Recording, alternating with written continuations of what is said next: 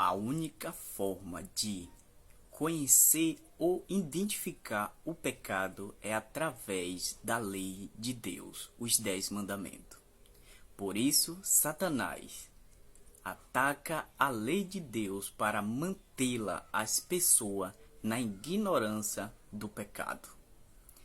Triste realidade, pois muito já nem escuta falar sobre a lei de Deus.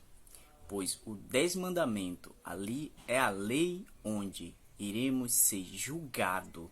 Sim, aquele que semear boas sementes colherá bons frutos. Ao inverso, você já sabe o resultado.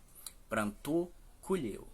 Então, reflita, pois os 4 primeiros mandamentos é sobre o amor de Deus, é sobre Deus. E os outros 6 mandamentos é sobre o seu próximo, é sobre nós. Estude e veja a importância dos 10 mandamentos em nossa vida. Vamos lá refletir? Neste primeiro Deus, primeiro alimento espiritual. Vamos dar mensagem.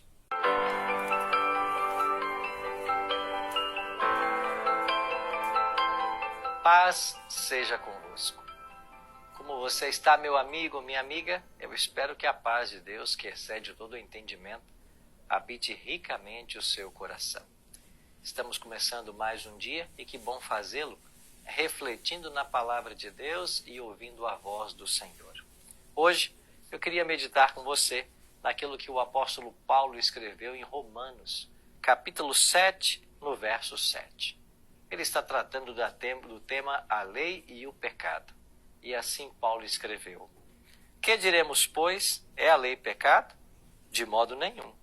Mas eu não teria conhecido o pecado, senão por intermédio da lei, porque não teria eu conhecido a cobiça se a lei não dissera, não cobiçarás.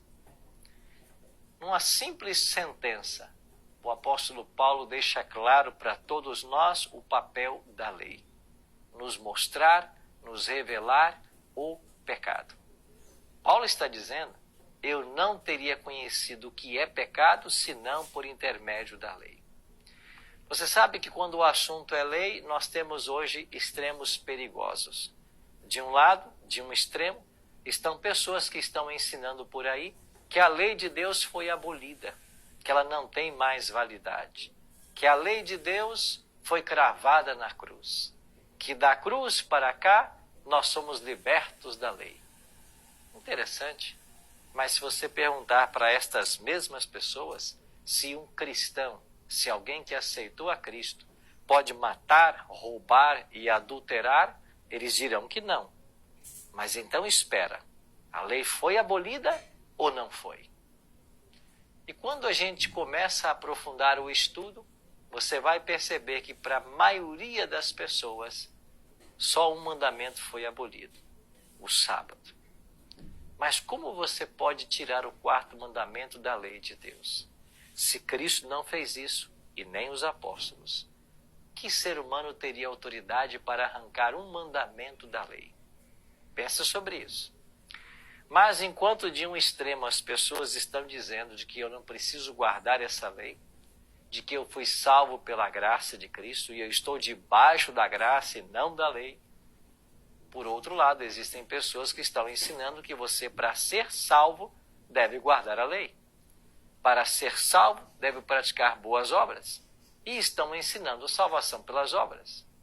Como o equilíbrio é a melhor palavra que define religião, nós temos que entender o que a Bíblia diz sobre o assunto. E o mesmo Paulo diz que nós somos salvos pela graça mediante a fé, Efésios 2:8. E em Efésios 2:9 ele diz: não de obras, para que ninguém se glorie. Então nós não somos salvos pela prática das boas obras, como alguns querem ensinar. E nem somos salvos porque obedecemos, porque a nossa obediência é completamente mesclada com o pecado. Nós só podemos ser salvos pela graça. Agora, o equilíbrio entre o Evangelho e a lei é entendermos que nós fomos salvos pela graça para andarmos em obediência. Então, quando nós obedecemos a lei de Deus na sua íntegra, os 10 mandamentos como aparecem em Êxodo 20, 3 a 17, nós estamos vivendo o Evangelho de Cristo. Então nós somos salvos para obedecer e não obedecemos para ser salvos. Então a lei não foi abolida e ela tem o seu lugar. Ela não salva, mas ela revela quando você está em pecado, para que você volte para Jesus Cristo, que pode salvar você. Pensa hoje a respeito desses conceitos e muito cuidado com ensinos costumeiros por aí, que te afastam da verdade. Ora comigo. Nosso Pai querido, muito obrigado, Senhor, pela Tua palavra, porque ela não nos deixa em dúvidas. E muito mais obrigado pelo Teu Espírito, que o Senhor mesmo prometeu que quando Ele viesse, Ele nos conduziria a toda a verdade. Nós queremos, Pai, ser levados a toda a verdade. Por isso, conduza-nos nesse dia com o Teu bom e santo Espírito. Oramos em nome de Jesus. Amém.